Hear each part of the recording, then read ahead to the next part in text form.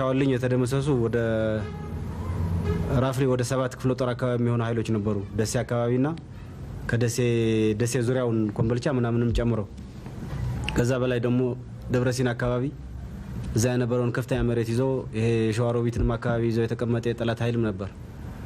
ይሄ በአንድ ቀን ተጀምሮ የተወሰነ ኃይል በአፋር ቆላማ በበረሃዎች በኩል ሄዶ ባቲን ከተቆጣጠረ በኋላ እንግዲህ የባቲ መቆጣጠር የደሴ ኃይል ወደ አሰብ ሊሸሽ የሚችልበትን ድል የሚዘጋ ሁኔታ የሚያመቻች ነው የነበረው።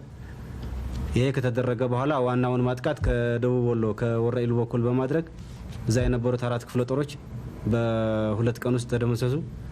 ይሄ የተደረገ ጎን ለጎን ደግሞ ወደ ደብረ ብርሃን መሸሻ የነበረው ሊሆን የሚችለውን ነገር ከመንገድ ከተዘጋ በኋላ ዋናውን የማጥቂያ አቅጣጫ ከመንዝ በኩል በማድረግ ደብረሲና አካባቢ ተሰባስበው የነበረውን የጠላት ኃይል ጎን ለጎን አብሮ የተደመሰሰበት ሁኔታ ነበር። ያ ከተደረገ በኋላ ሁለቱም ኃይሎች ከደብረሲና እስከ ደሴ የነበረውን የጠላት ኃይል ጠራርገው የተገናኙበትና ሙሉ አቅማቸውን ወደ ደብረ ብርሃን ፊት ያዞሩበት ሁኔታ ተፈጠረ።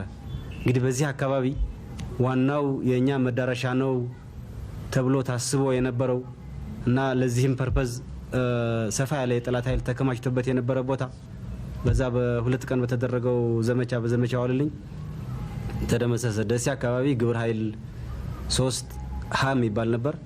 ደብረሲና አካባቢ 605ኛ ኮር ነበር። እነዚህ ሁለቱ ግዙፍ የጠላት ክምችቶች በዘመቻው አልልኝ ተደመሰሱ። እንግዲህ በደብረ ብርሃን መንገድ በኩል የሶአሰ ቀዳሚ መምሪያና የሶአሰ መምሪያና እሱ ያያዛቸው በጣም ጥቂት ኃይሎች ካልሆነ በስተቀር ትርጉም ያለው የኛን እንቅስቃሴ ወደ አዲስ አበባ ሊገታ የሚችል ኃይል የሌለበት ሁኔታ ተፈጠረ።